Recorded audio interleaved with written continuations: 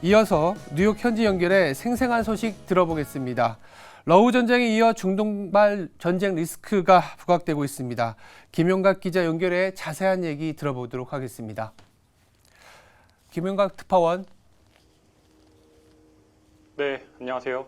네, 뉴욕 현지에서는 이스라엘과 하마스 간 전쟁 어떻게 바라보고 있을까요? 네, 이스라엘과 팔레스타인 무장 정파 하마스 간의 무력 충돌이 이어지면서 사망자가 속출하고 있습니다. 팔레스타인 무장 정파 하마스가 유대교 안식일을 노려서 현지 시간으로 7일 새벽 6시 30분께 이스라엘에 대한 기습을 단행했습니다. 이스라엘 남부를 향해서 로켓 2,500발 이상을 발사했습니다. 지상으로도 상백 명을 침투시켰는데요. 뉴욕타임스는 이번 기습을 놓고 이스라엘 국민 입장에서는 미국이 겪은 9.11 테러 수준이라고 평가하기도 했습니다. 이스라엘도 전쟁을 선포하며 이스라엘 군의 보복 공습까지 이어지면서 양측 사상자 수가 계속 늘어나고 있습니다. 현재 양측 사망자가 현재까지 1,300명에 육박한 가운데 이스라엘이 하마스가 통치하는 가자 지구에 지상군을 투입할 것이라는 전망도 나옵니다. 이스라엘과 하마스의 충돌이 미국과 이란의 대리전으로 확산될 것이라는 우려도 나오고 있습니다. 조 바이든 미국 대통령은 이스라엘에 대한 전폭적인 지원을 약속했습니다. 반면 하마스의 이스라엘 공격 배후에는 이란이 있다는 의혹이 제기되고 있습니다. 월스트리트저널은 이란의 안보 당국자들이 8월부터 하마스와 함께 이스라엘 기습을 협의했다고 보도했습니다. 가지 하마드 하마스 대변인도 영국 BBC와의 인터뷰에서 이란의 직접적인 지원을 받았다며 이란은 예루살렘이 해방될 때까지 우리 전사들과 함께하기로 약속했다고 밝히기도 했습니다. 다만 이란은 이 같은 내용에 대해서 성명을 통해 팔레스타인을 지지하지만 이번 공격에 관여하지는 않았다고 밝혔습니다. 이스라엘과 팔레스타인의 전쟁으로 국제 유가에 대한 우려가 나오고 있는데요. 분쟁의 영향으로 국제유가는 약 4% 상승했습니다. 당장 경제에 직접적인 영향은 제한적인 상황입니다. 이스라엘과 팔레스타인은 모두 원유 생산 국가가 아니기 때문에 사실상 국제유가에 직접적인 영향은 제한적일 가능성이 있습니다. 코먼웰스뱅크의 비백 다르 분석가는 이 분쟁이 석유 시장에 지속적이고 의미 있는 영향을 미치려면 석유 공급이나 운송이 지속적으로 감소해야 한다고 말했습니다. 또 월스트리트저널도 실제로 수백만 명의 사람들에게 재난이 닥쳐도 실제로 주식시장과 국채의 움직임은 금요일 고용보고서보다 작았다며 이는 잔인한 사실이라고 전했습니다. 그러면서 전쟁이 확전될 가능성에 주목했습니다.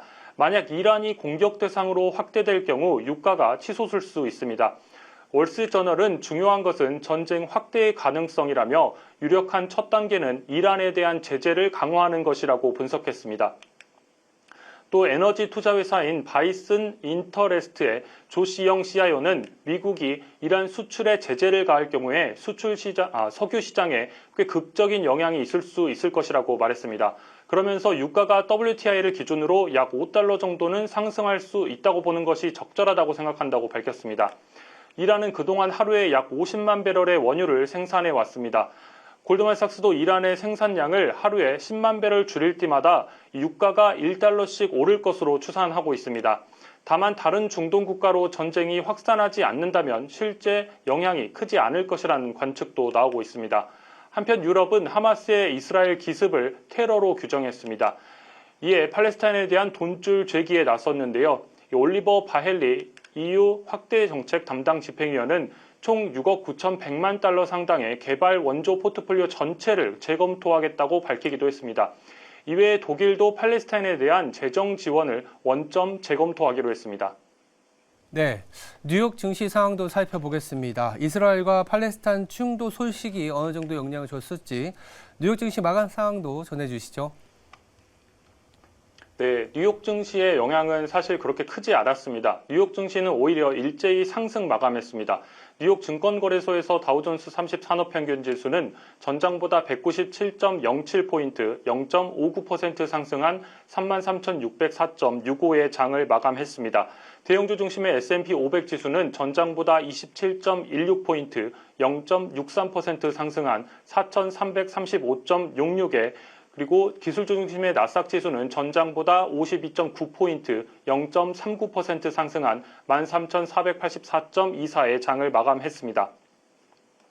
이날 주요 지수는 전반적으로 하락세를 보이다가 반등에 성공했습니다. 장중 다우지수는 153.89포인트까지 하락을 했고 S&P 500도 0.6%, 나스닥도 최대 1.15%까지 하락하기도 했습니다.